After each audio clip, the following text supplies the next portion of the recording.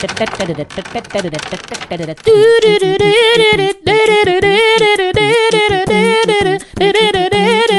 the Boxcar Buddies, and they are here to floody these kites in the air. They don't care about their lure-voyeurship. They like to get listens, though. Why isn't anyone listening to us? I am really dissatisfied with our listenership. I've been crying into my pillow every night, and I want to fight with all the people who are not listening to us, and I want to cry inside. Okay, Stefany. I just want you guys to get popular. Stefany, I'm going to stop you now. I just want you to be. I do too.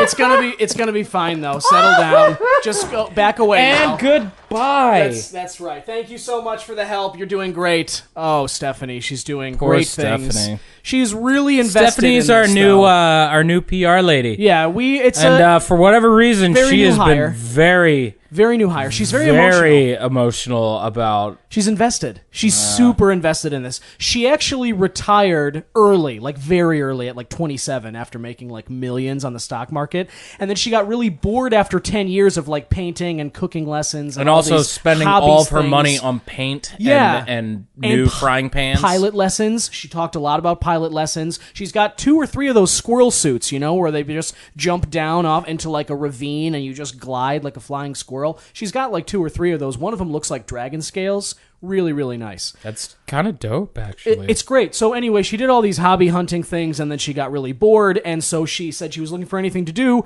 had no skill set for today's workforce. And we could pay her in smiles and back rubs. Right, and after she saw both of Greg and I under an overpass around Damon and... What was that? Like Damon and Sacramento? Something like that? Something Damon around and there. North, maybe? But, yeah, she saw us there, and she just kind of felt bad for us. Greg had a pretty great sign, something about apocalypse, but like a lip pun, like for what it was in his mouth. I drew a big smoochy lips, and I said, "Get ready for the apocalypse." Yeah. And then I was going up to people and giving them smooches. Yeah, it was good. It was a good move, and she really cracked up at that. So ever since then, she's kind of decided to help us out. So she's been helping us with like Instagram and social media stuff, and she's been taking like pictures of the outsides. Because I constantly forget to take pictures with my hand. And I'm not. I mean, the last thing I'm thinking about with this metal hand is a good picture. Yeah, there's a lot of other uses. The first thing that's usually on my mind is, man, my teeth need a good sharpening. Really? That's it's the knife that first comes up? Mm-hmm. Fair. That's the first one. Plus, Fair. it's also on my favorite finger. Where's the laser gun come up in your mental like order of operations? 3. Yeah? Mm-hmm. What's 2? The salt? Spice. Pepper? Yeah. Yeah. Sure. Yeah, Sure. I love dunking that stuff in my mouth. You should. It's a great, healthy blend, Greg's blend. Anyway, yeah, but then in addition to the social media stuff, Stefany decided to spread her wings a little bit and try the open today, and that sort of fell apart there. But anyway, thanks to her. I thought she was a good singer. She was at first, and then it was just the emotion. I think she might have even psyched herself up, like in the heat of that song, like emotionally just kind of ramped herself up. You ever see people just like burst into tears while they're singing? It's like this thing that I've happens. seen people burst into tears doing other things. Oh yeah. Usually me having sex. Just doing you. Like, is that those are the other things that happens? Well, I when feel they burst great into at tears? first, but then as I start going on, I'm like, this is tears so come. much work. Yeah, it is. It's a lot of work. It can be. But anyway, hi. Thanks for joining us again. I'm Don. I'm Greg. And we're the Boxcar Buddies. And That's us. We like to meet in boxcars once a week if we can and talk about some content that we've absorbed. And we're also looking for shelter because we're just 2 homeless dudes on the streets of Chicago by choice, but it can be a little difficult sometimes, especially on hot days like it's been in June, early July. Yeah, you're looking awfully crispy there, buddy. What have you been up to? You are like red isn't what I want to use. I want to say like it's something deeper and like shimmery, like a ruby. You're ruby-ish right now. It's an interesting story. I wound up in someone's backyard It was like a backyard party, and someone was shouting for someone to man the grill, is what the shout that I was hearing. And of course, I'm smelling meats. I'm hearing all these like excited shouts. I'm hearing splashing. There was a pool in the backyard. So I hopped the fence real quick, and I manned the grill. I grabbed the spatula out of this dude's hand, and I was like, this is in like a suburb near north of the city. I can't remember exactly which one, but it was grassy. A lot of green. Town. Yeah, exactly. Yeah, Sluburpee. And Sluburpee, Illinois, home of the Sluburpee. It's the their largest version drink that anyone's ever consumed. It only comes in child size. In kiddie pool size. Yes. Yeah. And it comes in 2 excellent flavors. Big berry and bigger berry. Yes. A lot of people liking the bigger berry recently. That's what's trending. But anyway, so yeah, I went back there and I manned the grill for a bit. People splashing around in the pool. And then the bigger bear, and that's what it was. There was a backyard pool, and next to it, sure enough, was one of these Sluburpees, and it was kiddie I pool feel like size. people would get that really confused sometimes. It's like, I can't tell if this is the Sluburpee or if it's a kiddie pool. I can't tell. I know, and that's exactly what happened to me after. Big Berry is colored just like water. It's basically Capri Sun. It's basically I Capri can't Sun, tell. or that clear Mountain Dew, or even Sprite with less bubbles. It's really like it doesn't bubble up until you jump in there.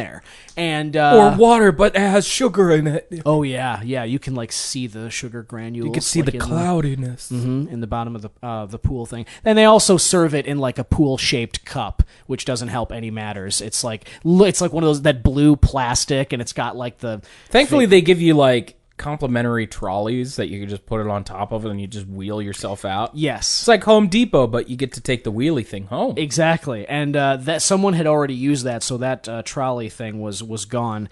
And most of the people were leaving this party. I decided to linger a bit in this pool because I thought it was, a really hot day, and nobody really wanted me using the actual pool. There were still people in there. I'm obviously dirty, worn clothes for many days. Your window is awfully cloudy, too. Window's cloudy. I have not made it to the free clinic.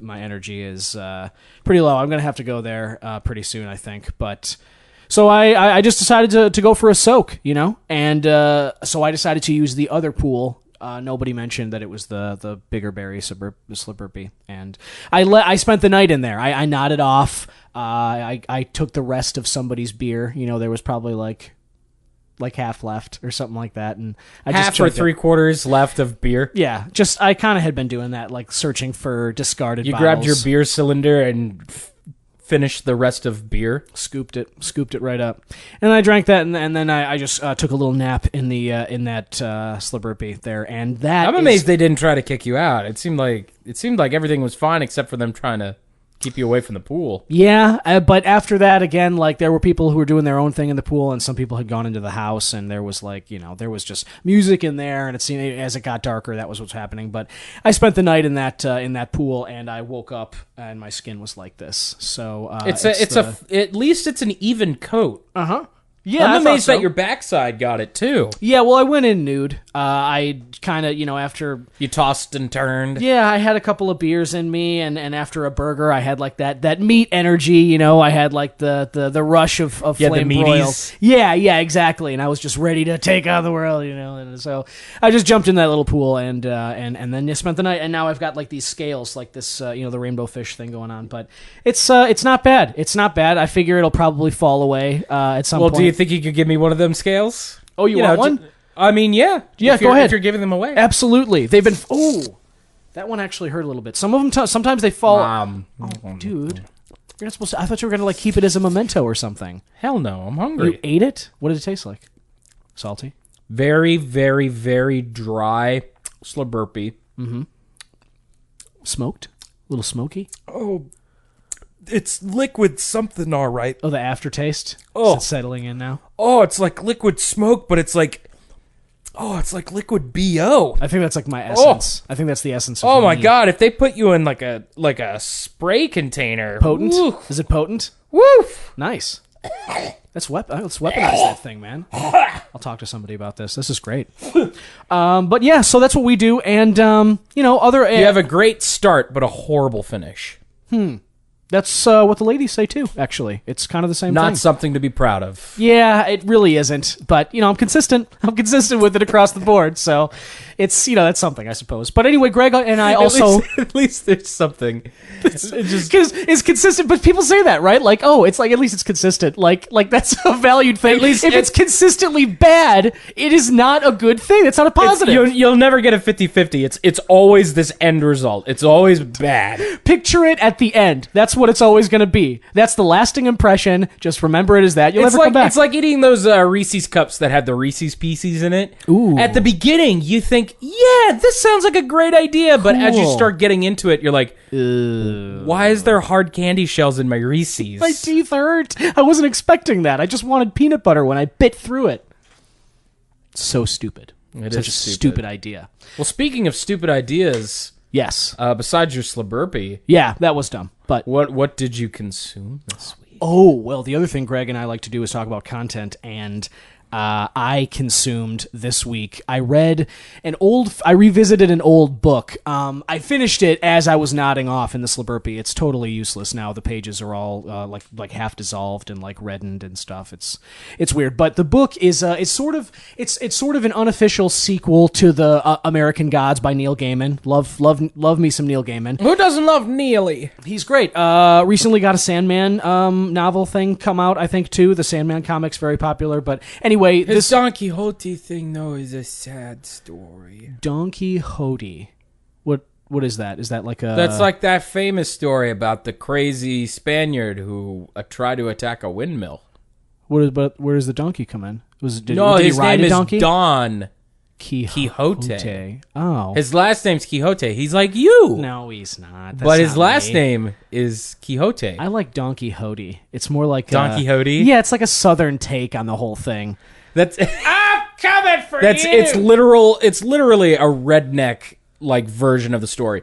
Let me tell you the story about Don Quixote. Don Quixote was just walking down the train tracks when suddenly he came across a traveling band of clowns and zebras. And he went up to the zebras and he kicked it. Damn, zebra!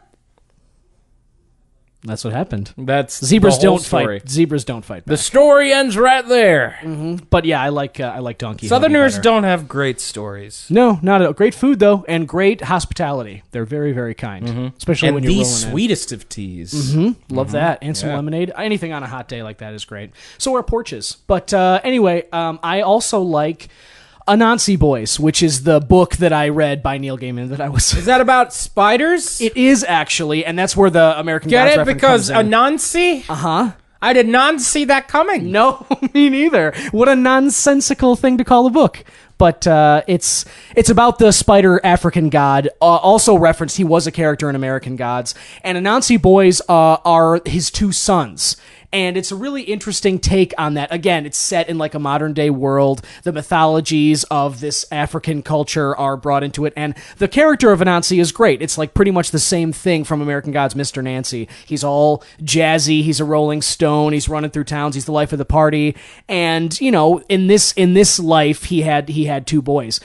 And what's cool is that at the very sort of beginning, that must have been really awkward. Like, hey, baby, let me put my spotted dick in you. You want to see 8 legs come out of my dick? Oh, God! Ah! Yeah, it was weird, and they don't go into it into huge detail in the book, but it was strange.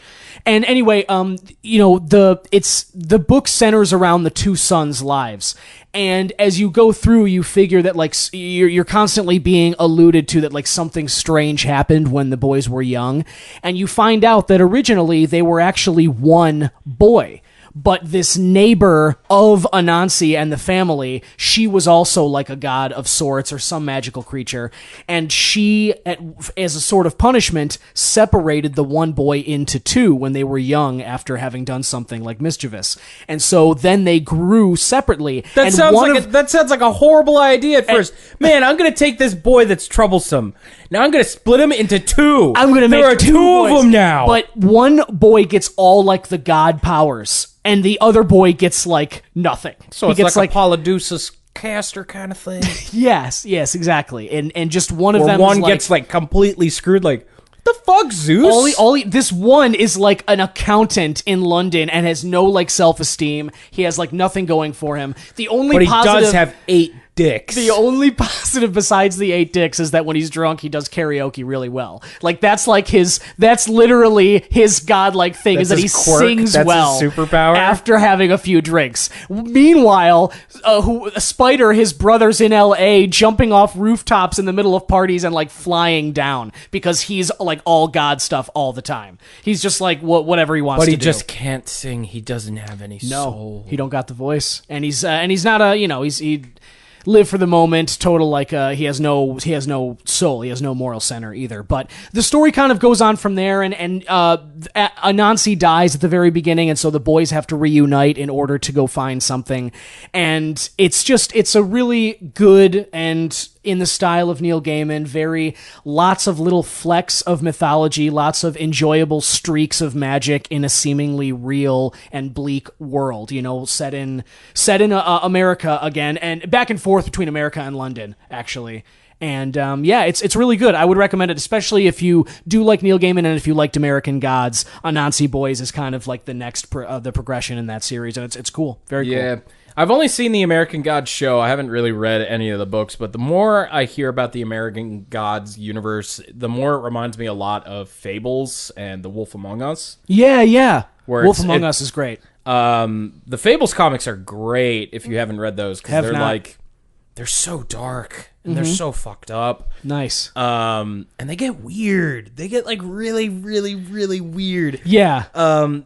I feel like they're like it's the earliest form of fan fiction I've ever read. Like those websites like fanfiction.net. Yeah, where of course. It's like over the top how stupid these stories are written by 13-year-olds. Yeah, where like Leia and Chewie would end up banging on some tropical planet or something. Pretty much. Yeah. Sonic the Hedgehog and Cuphead team up one last time. Right, and double team Robotnik just to save the little animals. Yeah, exactly. Exactly. It weird stuff like that. Fan fiction, yeah. American Gods is not... It's just the one book that I know of. I don't know if there are comics or not, but just the one novel. And then obviously the show on Starz. The show's going on, yeah. Yeah, but the book is... It's wonderful. I know I've mentioned it before, Greg, but that's one of my favorite books of all time. It's just...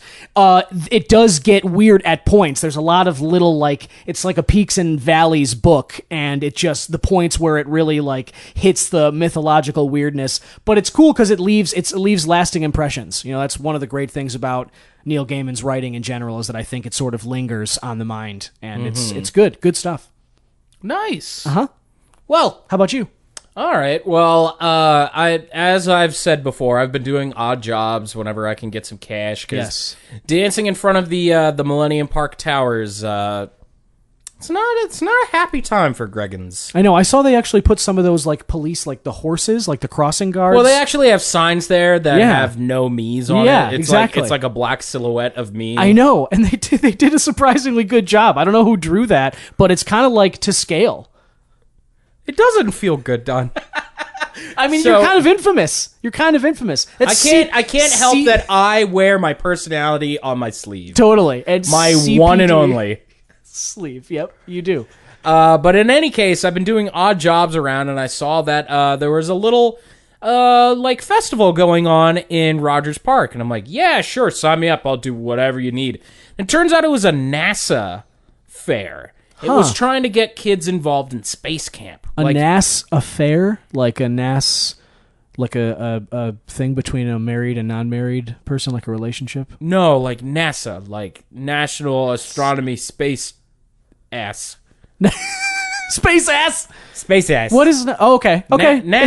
It's like a space. It's the space union thing. It's where that's how we've been shooting the space rockets in the sky, Donnie. What do you? That doesn't. There's those rockets. There's space rockets. That's all on TV. How do you think we've been to the moon? How do you think we've been to Jupiter? That's all. How do you think we've been to the Milky Way? How do you think we get our planet's milk? I don't know. I just want I want Milky Ways, because you know that when everyone talks about going there, they just grow on trees. Which dipper do you think keeps all of the Milky Ways? The little one or the big one? I like or to does think the it's the little big one have the bite-sized ones and the big one has the big candy? That's it. So you know which one to go to during Halloween. Yes. I'm going to spend $20 billion to be shot up to the Big Dipper so we can get some Worth candy. it. Worth it. And you better come down with a whole ship of those It will things, take me. man. It will take me like 12 years, but It's I'll all be right. back with so much candy. Talk to Musk. Talk to that Musk guy. He's probably got something Muskie? going on. Yeah. Muskie Way. Yeah, Muskie Way. Yeah, Yeah, it's probably like a... That's he going to lives, be... he lives in Wicker Park. That's going to be like an intergalactic like highway. one Yeah, day. I've met Muskie every couple times. He really likes talking about his stink. And really fast, too. He's a fast talker. Like lightning. Mm-hmm. You could say like a rocket. You could. Some have. Yeah. You just did. But I'm working this NASA fair, and there's one big giant trailer they had that was an anti-gravity trailer. Like, Whoa. you could jump in and you could experience what it's like to be in zero gravity. Are you serious? Yeah, so when everyone left, I was like, how much money did you make from this? And it turns out they had only made $40 because they were charging $20 up front for people to actually get into the fair. It was a lot of money, and people are kind of like, I don't want to spend more than $10 to get in somewhere. That's a lot. It's a big cover charge, man. Yeah. Better have a fucking great Not fair. to mention that once you tried to get to the trailer, they also charged an additional $500. What is that about? I mean, apparently anti-grav is really expensive, but they were like, Who is she? Like, whose aunt is that? Why is everyone talking about her? Not an ant, like anti, like not, like not not gravity. Gotcha, not gravity. Anti-gravity is no gravity. Okay, so you felt like you were floating. Yeah, I jumped into the thingy because they were like, all right, we can't really pay you well, but we can make you sit in zero grav for funsies. Cool. And I was like, that sounds dope as hell. So we go in there, and it's just me and like 2 astronauts and the rest of the crew and this other guy they hired. I think his name was Paul. I didn't really care. Yeah. Like, I didn't like the way he looked at me. I don't like anyone named Paul. Paul's a bad name. Absolutely. I'm sorry to our fans and friendos that are named Paul, but Paul Walker. Only R.I.P. dude. well, I think only cool one. he walked on to a better name. He did. And he broke through life. At the pearly despite gates, God his said, name. we're going to give you a better first name. He said, drift on in there, Petey. Because he renamed him Petey. Yeah, Petey Walker. But in any case, I'm in the zero grav thing, and one of the astronauts was just like, hey guys, check it out. I brought a PlayStation. Yeah! So Anyway, astronauts talk so strangely. We are floating all over the place. That Paul guy threw up. Oh, it was just all over? We couldn't get rid of it, but thankfully it stayed in one solid blob, but we made a bet out of it of whoever would get hit by the puke owed the rest of the trailer $500. Did it inspire anyone else to puke? I feel like that I would have vomited if that hit me in the face. I feel like I should have added to it. I think I should have just somersaulted a bunch until I just like ralphed everywhere. Yes. But I haven't really eaten anything. The only thing I had eaten that day was like a corn cob and a corn dog and a can of cream corn. A And lot of corn. You're doing that corn diet again? it's sweet and tasty and starchy. Yeah, it's not bad. I mean, lots of people eat like the high fructose corn syrup all the time, and they don't even nobody complains about that. Yeah, I mean, it's syrup. Totally. Who cares? Syrup. Mm-hmm. Yeah. But in any case, they whipped out this TV and they plugged in their PlayStation, so we're all looping around, floating around. Woo! And I was like, man, what are we going to play? And they're like, have you ever experienced zero gravity? I went, yes. And they went, good. Because we're going to play Gravity Rush. Oh. Yes, Gravity Rush. What is it? So Gravity Rush was a PlayStation Vita exclusive game that, because the Vita was laying to rest by Sony, because Sony was very bad at taking care of it. It was like having a goldfish, but then not feeding it after the first year. Which does happen. And it goes hungry. It goes real hungry. Got to flush that thing. What they did was they ported Gravity Rush to the PS4 because they wanted people to get ready for the eventual sequel that came out last year. So I was sitting there playing Gravity Rush, and it's a very interesting game that I love everything about it except the gameplay sometimes. Oh, really? So in Gravity Rush, you play a character named Kat. She's an amnesiac, and she wakes up in this steampunk world where these big giant black holes are flying everywhere, and monsters called the Nui jump out. Nui. They're big black globs with red crusty centers. Sounds tasty. They looked nougaty, but they probably taste like licorice. Like black licorice. Disgusting. It's like the worst substance on earth. It's waxy and nasty. I'll tell you what, if Stephen Hawking was as afraid of black holes as he was because of the taste of black licorice, I'm right on that boat with the guy, man. That's disgusting. I'm glad that black licorice exists then to instill fear into people to eat better candy. It's something to be afraid of, for It sure. is. It's going to kill us all. Yeah, but anyway, this girl wakes up. She has amnesia. She's like, what the fuck is going on? Who am I? And then a magic cat made of stardust appears. Ooh, also tasty. And basically being around this cat causes Cat to be able to fly in zero gravity. What? Flying Yeah. cat? So the whole concept of this game is you have free reign to your own center of gravity. So you are able to fly around and shit everywhere. And it reminded me... and shit everywhere? You can No, do you don't both. shit in this game. Why? But it's zero gravity. You should be able to launch those out like missiles. You want it to be like a bird, just float. No, I would like owl pellets being shot like bullets, because if you put enough force behind them, it's in space. Combat-wise, Cat is not great. Oh. Cat is not great. Okay. It's the flying around part of the game that I think is fantastic.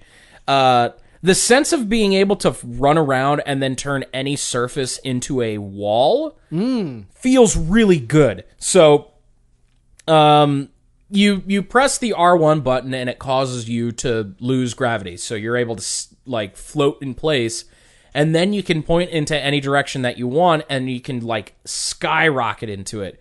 So you can go at like a pretty fast speed, or you can go like super fast fucking speed and slam into the shit.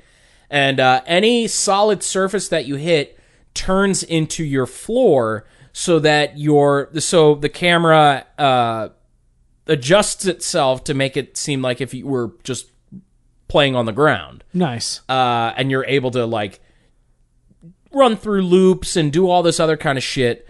The biggest downside to this game is its combat. It's very, very bare bones. So the only thing you can really do is hit the square button. It causes you to do kicks. Mm-hmm. The combos are automatic. There's no special thing about them. There's no God of War about it, or Devil May Cry. Where it's the same standard combo every single time. But you're never really going to be standing on the ground to fight things. For the most part, you're going to be in the air, because a lot of the enemies fly around you. And a lot of the tougher enemies have like multiple orbs that you need to kick. Sure. So what 90% of the combat turns into is go into zero gravity and then do a high-powered kick into a red orb of an enemy. And just keep doing that same move over and over and over again. That sounds lame. And sometimes the zero gravity is really bad about hit detection. Oh, no. So if you're trying to speed into an enemy, if it moves just slightly to the right before your kick hits, you fly right by them, and then you have to spend time readjusting so you can turn around and then go hit it again. Fucking space fighting. And the game is a lot of this. When it's not making you do combat, though, I think it's fun. Okay. Like, it's really fun platforming. I really like... there are, like, mini challenges you can do all over the map. You use the game's in-game currency, like, it's like these big purple obnoxious crystals. Ooh. And you can use them to repower the city. And by doing that, you unlock, like, little special challenges that you can do. And they're a lot of self-races where you get to the goal within, like, 3 minutes, while you're intricately flying through the entire city map, is really fun and really interesting. But as soon as combat is involved, I fucking hate it. This is a game where I love... everything but the gameplay, I would think. Yeah. Like, the aesthetics of the game are great. Like, the art style of it is so good. Good to look at. It's so good to look at. It's cel-shaded and really well animated, but cutscenes are in like a comic book way. So comic book panels pop up, and they slide by, and they do dynamic shots. Yeah, like Shyness in the Lightning Kingdom, yes. Yeah, and one of the cool things is the PlayStation has like a 6-axis controller where if you move the controller, like the camera moves a little bit. Oh, okay. So you can do that with the gameplay because that's how the Vita used to do it. That's how you were really supposed to play it, is by like moving it around. Swinging around like this. Like, I would never want to do that. Like throwing your like back out and punching forward. Yeah, and right. Doing corkscrews like in your chair. Like you're living in zero gravity, Yeah. but you're not. You're here on Earth in gravity. Hey, I really felt like I was in zero gravity. Did you feel that puke on your face? Almost. It whiffed by me, and it nailed an astronaut. Just right in his glass dome. You off into little droplets after that? Like, did it just... Yeah, but then as soon as that happened, it just, like, went right back into one form. Oh, sick. Like, it slid from the sides of his helmet and then just met right back in the back. Oh, no. It was like its own living thing. It was like that Cowboy Bebop episode. Yeah. Just wrapped around its head. Yeah. Just stayed there. Forever. It just consumed him. It was an old lobster bisque. Turned into a glob. A delicious death. A delicious death. But yeah, I really love Gravity Rush's aesthetics and its storytelling. I think it's fun.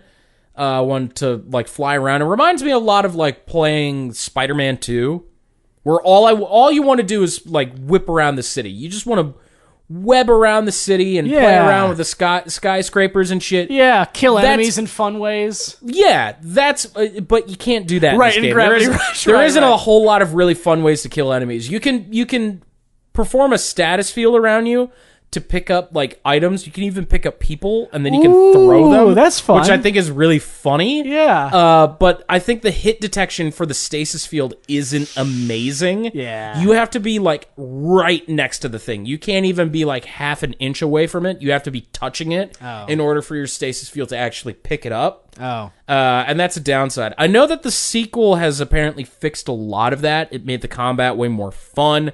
It fixed up a lot of like things you can do while you fly around in the air, and it made your stasis field actually like worth using.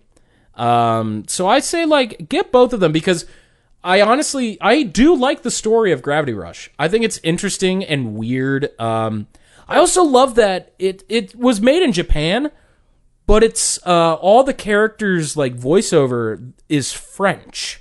Whoa. They speak French, and it's got like its own made-up language.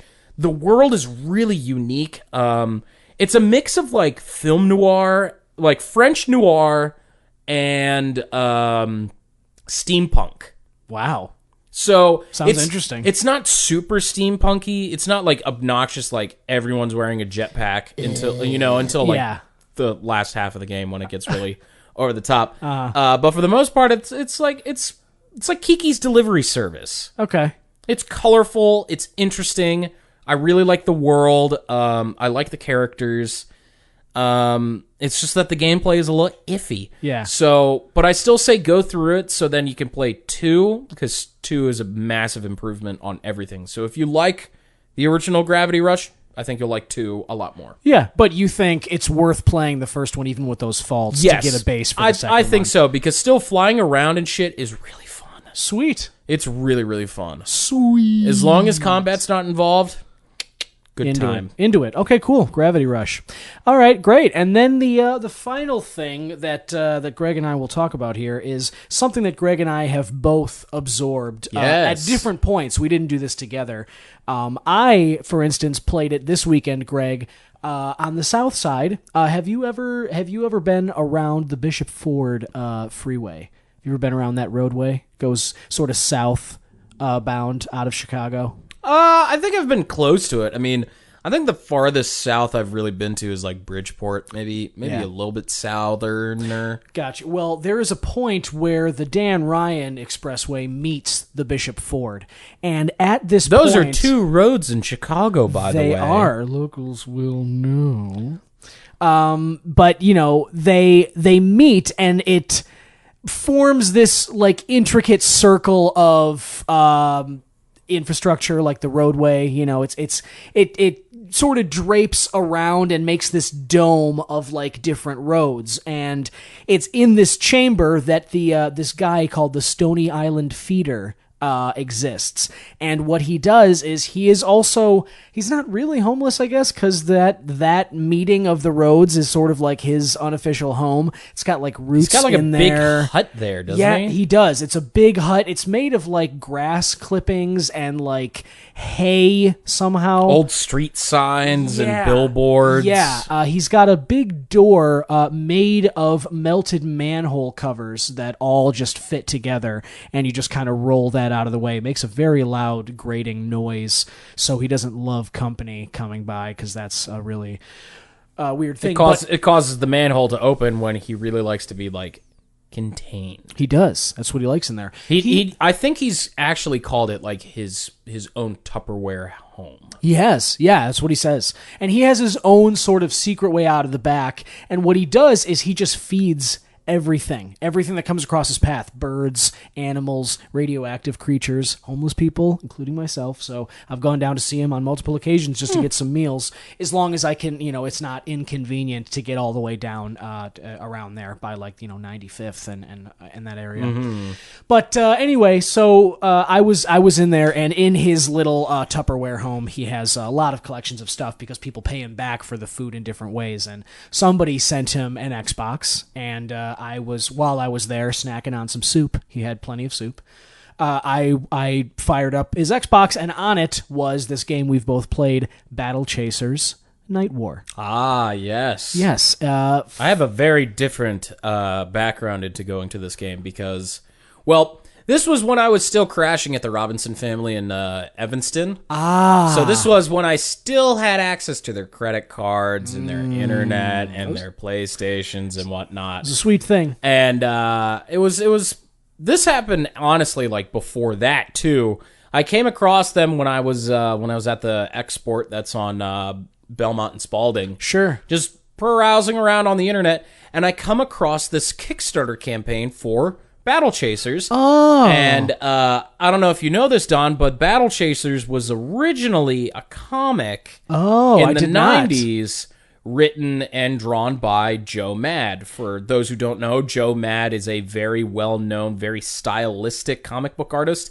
He did a lot of Spider-Man comics in the 90s. I see. And he went to make his own series called Battle Chasers. That would explain the style of the opening cinematic of the game. And Battle Chasers was a comic I remember reading as a youth and thinking that it was very, very cool. Yeah.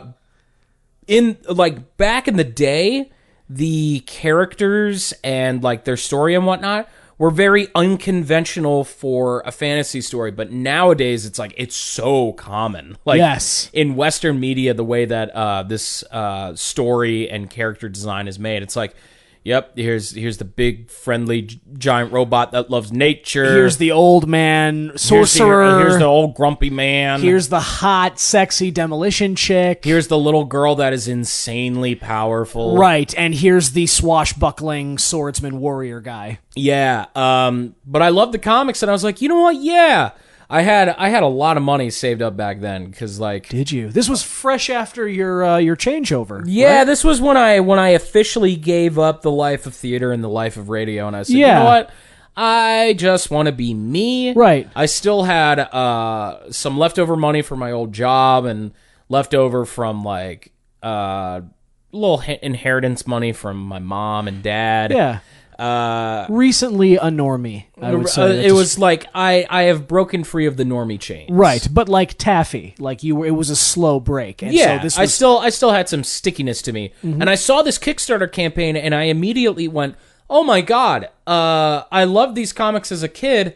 I'm going to throw down a bunch of money. Whoa. So I threw down money. You put money toward this thing. I on put a Kickstarter. I put a lot of money towards it. You helped fund this thing. I funded it. Whoa. Yes, I was a big part of it. My name is in it too. No way. I believe it has Captain Greggins in it. No way. Yeah. Because you put because you Because funded I put it. that money in there. Damn. I did a pretty high tier one. I got like an art book. I got the full soundtrack. Soundtrack is one of the better parts of that game too. By the way, I love the soundtrack to Battle Chasers Nightwar. I think it's super generic. I like it. I mean for It's the basic, party. It's like basic bitch soundtrack. Well, yeah, but like for a turn-based game like that, like Final Fantasy style, it's not orchestral, but like it's all beats that you can just lose yourself in, and like I enjoy the hell out of that. I mean, soundtrack. I didn't get tired of any of the songs, but none of them stood out. Like, well, it was no, just it's like no Ori there. and the the Blind Forest. But when you think of an RPG, like you always remember the battle theme, and this game's battle theme, I'm like, I don't care. Yeah, it's not. I would say it's more middle of the road than outstanding, but I guess it's one of the things that stood out to me in the game as like one of the things that I liked. But the I guess art style I think is phenomenal, but Love that. because I love Joe Mad's art style. So to give like a quick explanation of what the game is, it takes place a little bit after a few issues of the original comic. The original comic never finished. Joe Mad got picked up to do a bunch of other jobs, and he could never finish them. So this kind of takes place a few issues after the initial comic, but basically this little girl named Gully got her hands on these big-ass gauntlets that her dad used to have, and she meets this veteran soldier who served alongside her father, like in a great army, and this big, giant fucking mech golem. right. That goes... always is buzzing, but he's also like really kind. Like it's a very kind-hearted golem. Like, it's like pretty much every Super giant supportive robot character now. He's the Iron Giant. He can he's like speak. the Iron Giant like prototype. Yeah, but he can speak, and he's like, "I love you," to the little girl. It's just like really. If I had lips, I would kiss you. I like tucking you in. I'll just give you a little static shock. Did you like that? No. One more. Here we go. No, my hair. It's getting so staticky. Go to sleep now. But in any case, the Battle Chasers have this party about trying to find where Gully's father went. Story sets up that they're in their magic airship. It gets attacked by an island that was just off the side, like, hey, fuck you. Blows it up. And the team gets separated, and they have to all get together. And it's very much structured like an old school, like very early turn-based RPG, like Dragon Quest and Final Fantasy and Shining Force. Exactly. And the turn-based like battle system is in there. It's very much reminiscent of those games. Yes. I think I feel like the biggest problem of this game is that 20 years ago when these comics came out, it was new and different because it was an unconventional story style with unconventional character designs that you would never imagine of. Mm-hmm. But nowadays, like, because Joe Mad had such a reach to so many people, I mean, that's why this Kickstarter was so successful. It was funded within, like, the first week. Oh, wow. I think it was funded within, like, the first couple days it was out. It was funded fast. Nice. With the character designs and the storytelling, it's so common nowadays. Mm-hmm. I mean, hell, the main character, Garrison's design looks exactly like a Fire Emblem character called Ike.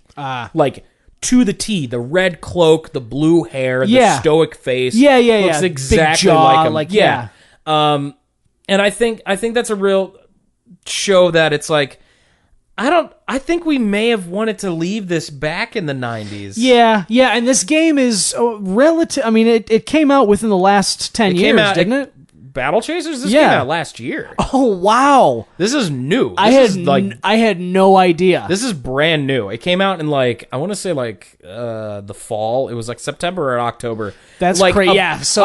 like Scummy came by because I was using his house as a mailing address for a while. And he just threw this fucking box in my face, and he's like, "What the fuck is this?" Yeah. And I opened it up, and there's my copy of Battle Chasers. Nice. So I went back to his place and I played it. Yeah, fire, of course. And I just remember being like, I know there were a shit ton of updates after I started initially playing, but the game was so slow. It is very slow. It's very slow. Like, bad slow. Yeah. Because not only the pacing, but the gameplay itself is just fucking slow.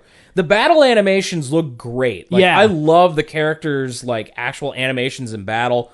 Like, the sound effects sound really good. Like, hearing the metal giant guy like turn his arm into a turret and just fucking mow down enemies. I'm like, this looks great, but oh my god, it takes so long for battle animations to move. It really does. So it's like they're fun to watch, but after a while, after many battles in a row, and just like can happen with these kind of games with the turn-based, you're grinding a lot, and that's one of the biggest issues I had with this game. Yeah, it's like it wants you to fucking grind like crazy. And the problem with that is that they want you to grind, and there really isn't a lot of enemies that are of a decent level to get good experience from. Yes, and they're all the same enemies. Like when you leave an area and you come back, it refreshes. They're all in the same exact positions. It's the same creatures.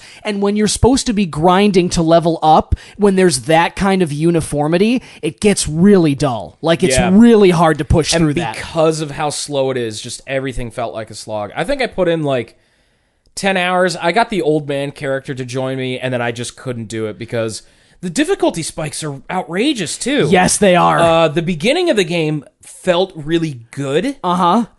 I felt like the first two dungeons had, like, decent difficulty. I felt like I was being challenged, but I didn't feel like I was getting, like, my shit pushed in. Yes. But then once the old man joined and I started doing the dungeon afterwards, it was like crushed. The first random encounter I got into. Yes. Two of my party members died. Yeah, you get crushed. As you said, spikes in difficulty. The spikes are outrageous, and that made me put down the game. I couldn't finish it. It's aggravating because, as I said, they want you to grind like that, but they don't do the gradual move up, which sort of keeps all you the engaged. Enemies outside that dungeon are fucking easy. They're weak. You don't even have to battle them. No. Once your level is above them, you can walk right by them. But then you go into the next dungeon and you get destroyed. So you have no choice but to go back and battle these little shitty enemies to try and get your experience up. And that's bad. It's dull. And I think what really put me off to the game is that year I had just played Persona 5.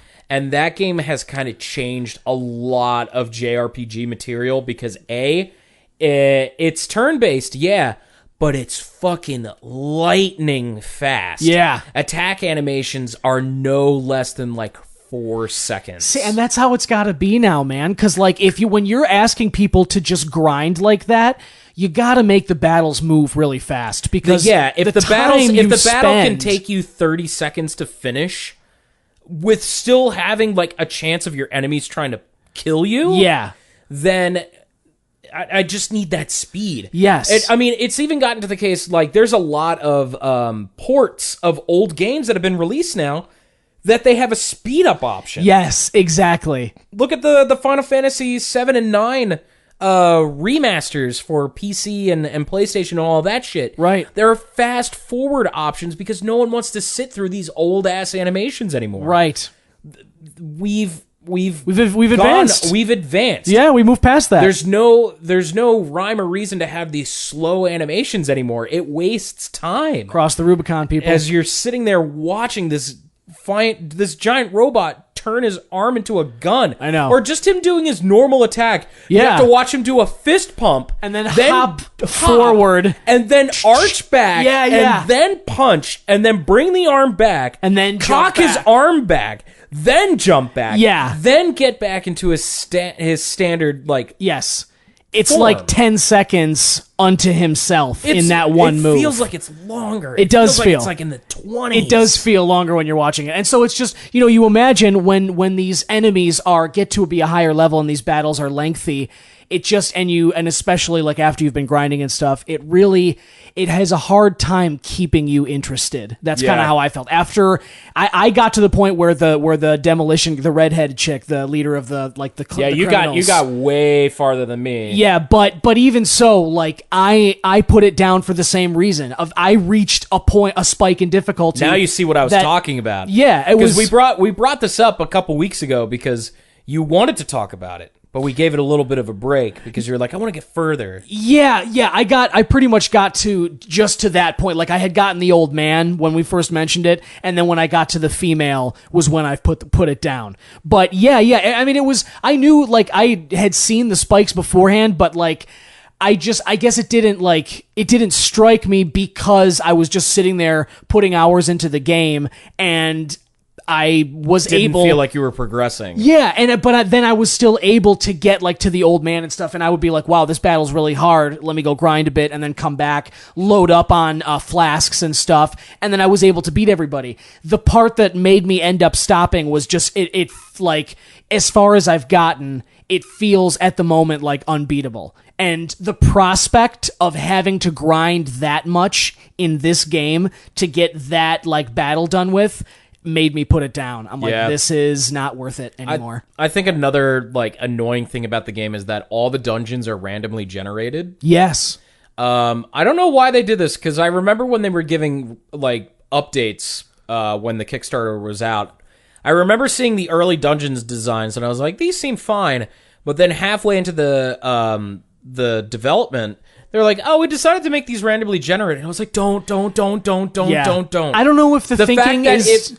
that means that you won't have good level design. Your levels will feel static and samey. Mm-hmm. And I don't know if the thinking is because it allows you then to, while you're going through the story, you can always go back and redo dungeons. Like if you did the dungeon... You can do them at like harder difficulty. Yeah, to get better gear. So like I understand the random generating for that purpose so that it doesn't save your progress and you're able to go back through it. But again, because it's so samey and because the battle is so... The system is so like taxing and really feels like it takes too long... The prospect of going back to any of these dungeons is not appealing to me for whatever the gear. It's either go back immediately after doing it and get your shit pushed in, or come back after several levels and just wipe the floor with it. Right. Because that's something that bothers the shit out of me and why I've started liking Megaten RPGs way more than like Final Fantasy games and more current JRPGs.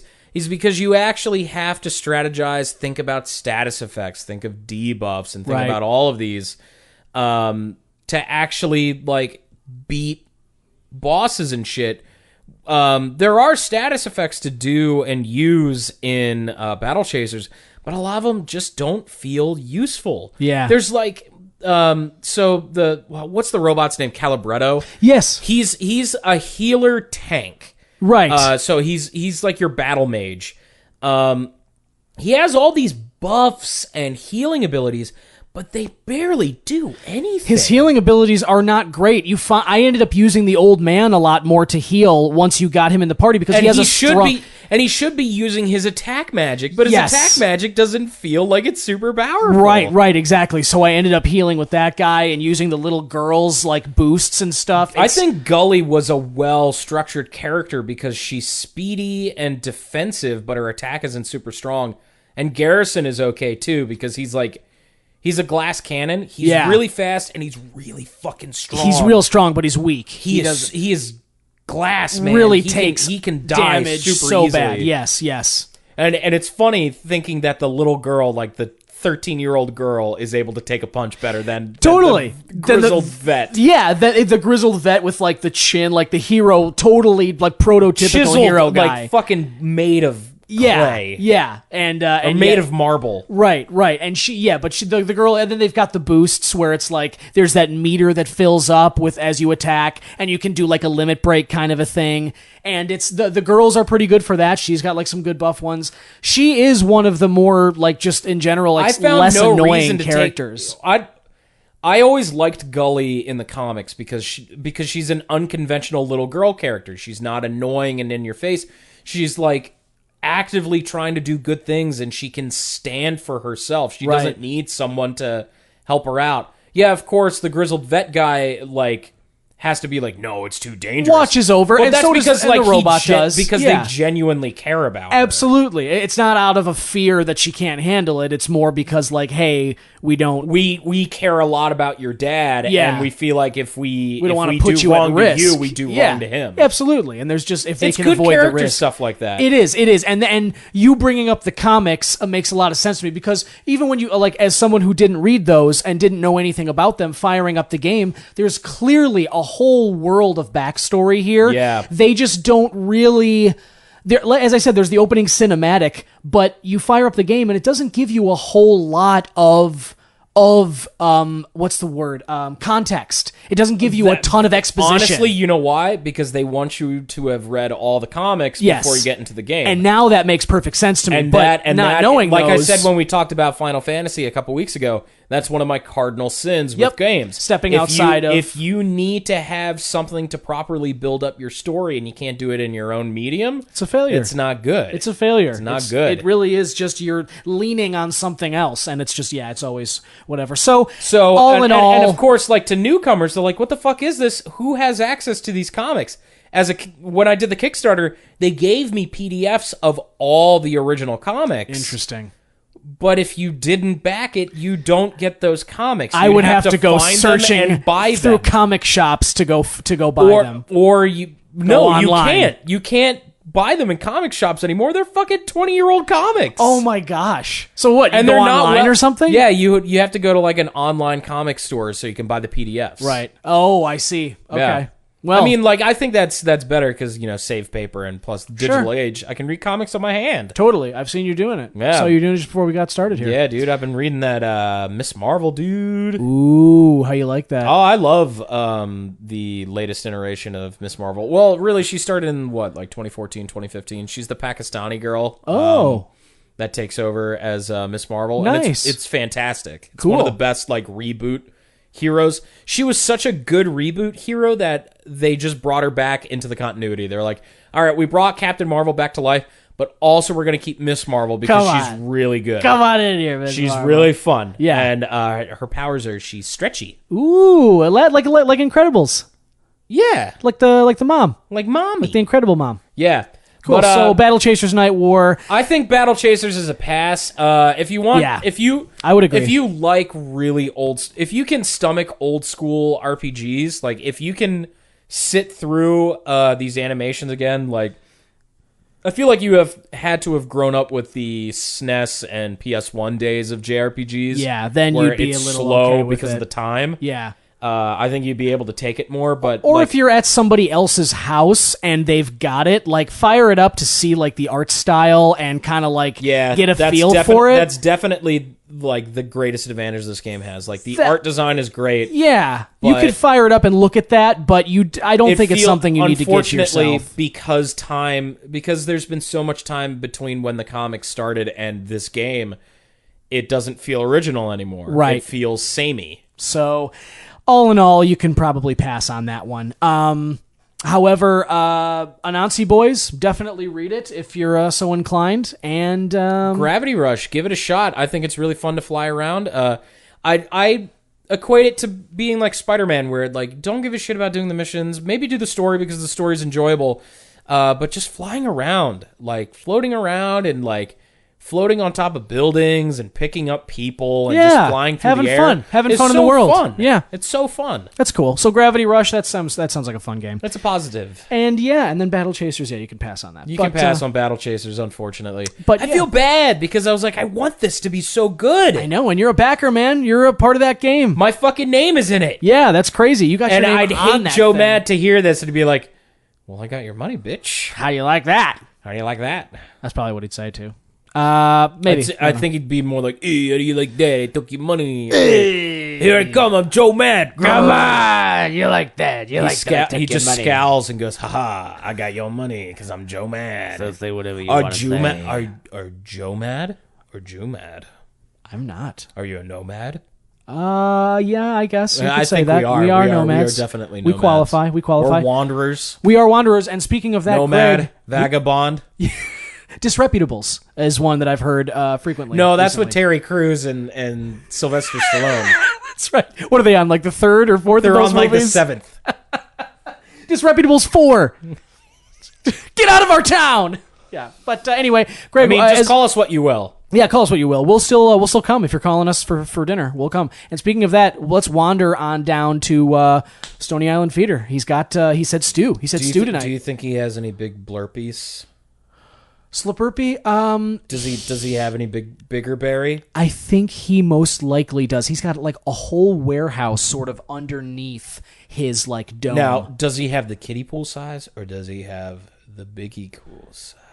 I actually haven't seen. We're gonna have to go check that out. They call the larger cups the biggie cools because they don't want to be a pool. No. They want it to be cool. And they are from what I've heard. But yeah, we can go check that out. So Greg and I are going to bounce. Yeah, and I think the sugar would actually do good for your flakiness. Yeah, I might actually take depending on what flavor he's got, I might take a bath in it and see what happens. You don't think he has biggest berry, do you?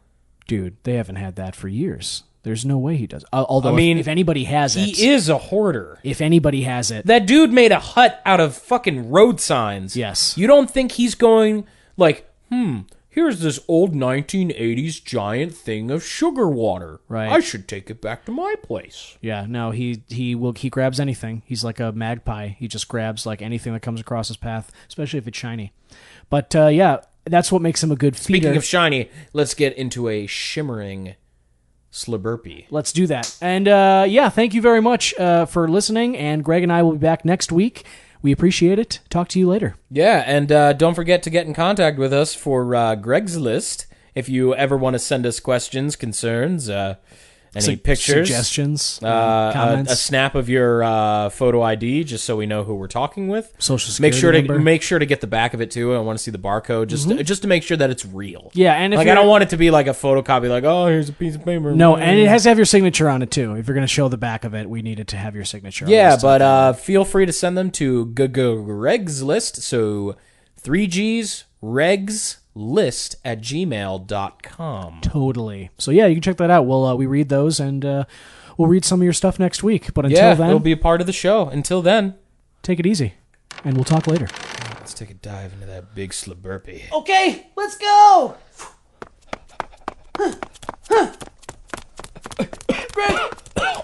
Greg, keep up. Come on.